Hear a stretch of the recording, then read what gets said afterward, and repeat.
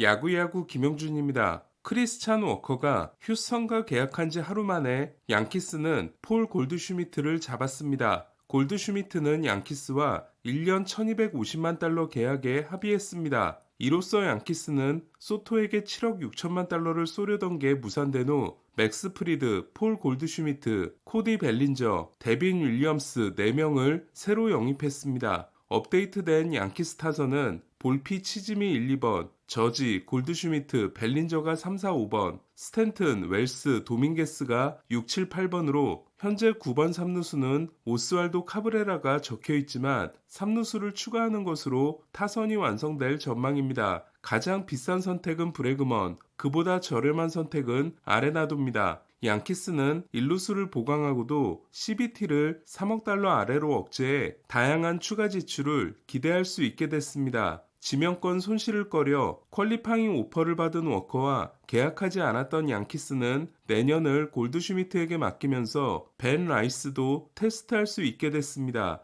그리고 FA 시장에 나올 수 있는 카일 터커와 블라디미르 게레로 중 한 명에 도전할 수도 있습니다. 양키스는 저지와 함께 MVP 수상 경력을 가진 선수가 스탠튼, 벨린저, 골드슈미트 4명으로 늘었습니다. 예상 타순대로라면 저 골 벨스의 3, 4, 5, 6번이 MVP 라인으로 다저스의 배츠 오타니 프리먼이 실질적인 최초의 MVP 1, 2, 3번이었다면 양키스는 MVP 쿼텟을 선보이게 됐습니다. 만약 아레나도까지 데려오게 된다면 예비 명예전당 선수가 저지, 골드슈미트, 아레나도, 게리콜, 어쩌면 스탠튼까지 5명으로 늘어납니다. 문제는 명예전당이 유력하다고 할 수 있는 골드슈미트가 1년 계약으로 영입이 가능했을 정도로 올 시즌이 좋지 않았다는 겁니다. 디백스에서 기록한 골드슈미트의 조정 OPS는 마지막 6년 동안 150으로 같은 기간 3000타석 선수 중 트라웃, 보토, 미기 다음이었습니다.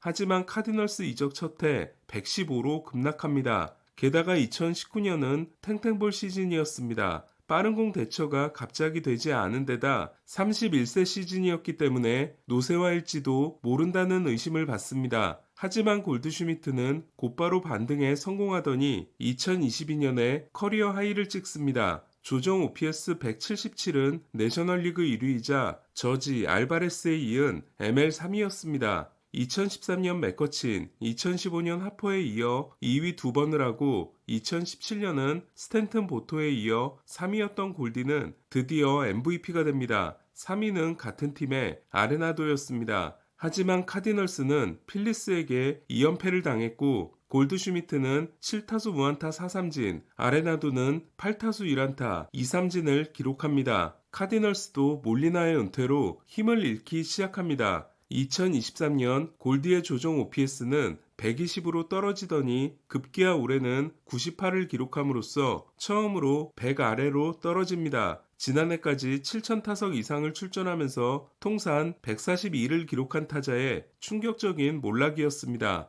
154경기 22홈런 65타점, 조정 98에 그친 성적으로 보면 전혀 기대되는 영입이 아닙니다. 하지만 눈여겨봐야 할 부분들도 있습니다. 타구 속도가 급락한 아레나도가 하드히트 하위 12%가 된 반면 골디는 타구 속도에 문제가 없었고 하드히트는 상위 8%였습니다. 높은 밥입을 가지고 있는 그는 3할 4푼 3리의 인플레이 타율이 저지, 트라웃, 프리먼과 함께 현역 타자 최상위권에 해당됩니다. 골디는 전반기 밥입이 2할 9푼 6리에 그쳤지만 후반기는 3할 2푼 5리로 좋아집니다. 조정 OPS도 전반기는 87이었지만 후반기는 121을 기록합니다. 좌한 킬러인 그는 최악의 부진이었던 올해도 좌한을 상대로는 135였습니다. 카디널스 부시 스타디움이 홈런 팩터 23위 구장인 반면 양키 스타디움이 3위 구장인 것도 골디에게 도움이 될 수 있습니다.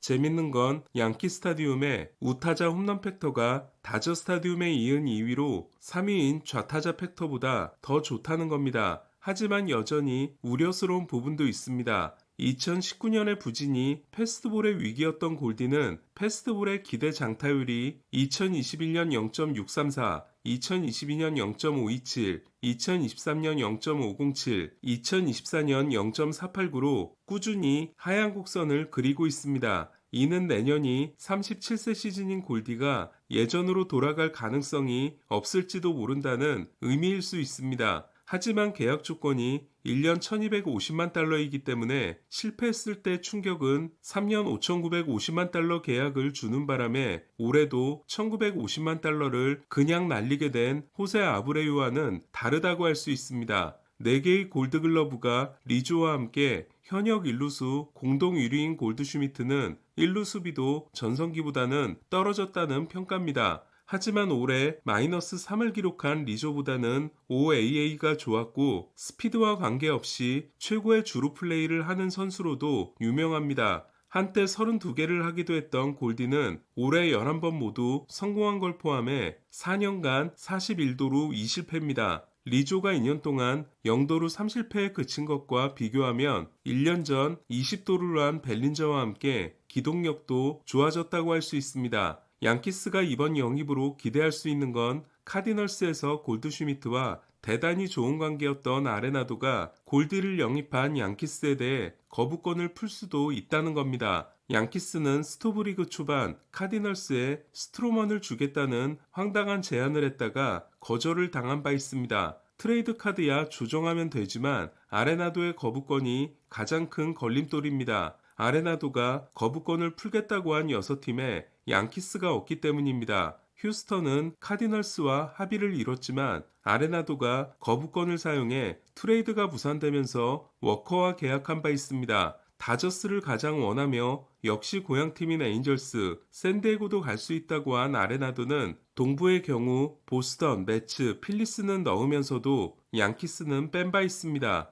하지만 카디널스에서 4시즌을 함께 지냈고 서로 좋아하는 관계인 골드슈미트가 양키스 유니폼을 입게 됐다면 아레나도의 생각도 달라질 수 있기 때문입니다. 트레이드가 성사됐을 경우 휴스턴이 부담하기로 했던 금액에 대해서는 3년 4,500만 달러와 3년 5,900만 달러로 달랐는데 5,900만 달러가 맞다고 하더라도 양키스가 부담하는 평균 연봉은 2천만 달러 아래로 떨어지게 됩니다. 내년이 37세 시즌인 골드슈미트와 달리 아레나도는 34세 시즌을 시작하기 때문에 3년이 더 남은 것도 크게 부담스럽지 않습니다. 소토를 놓친 후 플랜 B를 제대로 실행하고 있는 양키스가 과연 아레나도까지 영입해 명정급 선수 4명이 포진된 타선을 만들 수 있을지 주목됩니다. 야구야구 김영준이었습니다.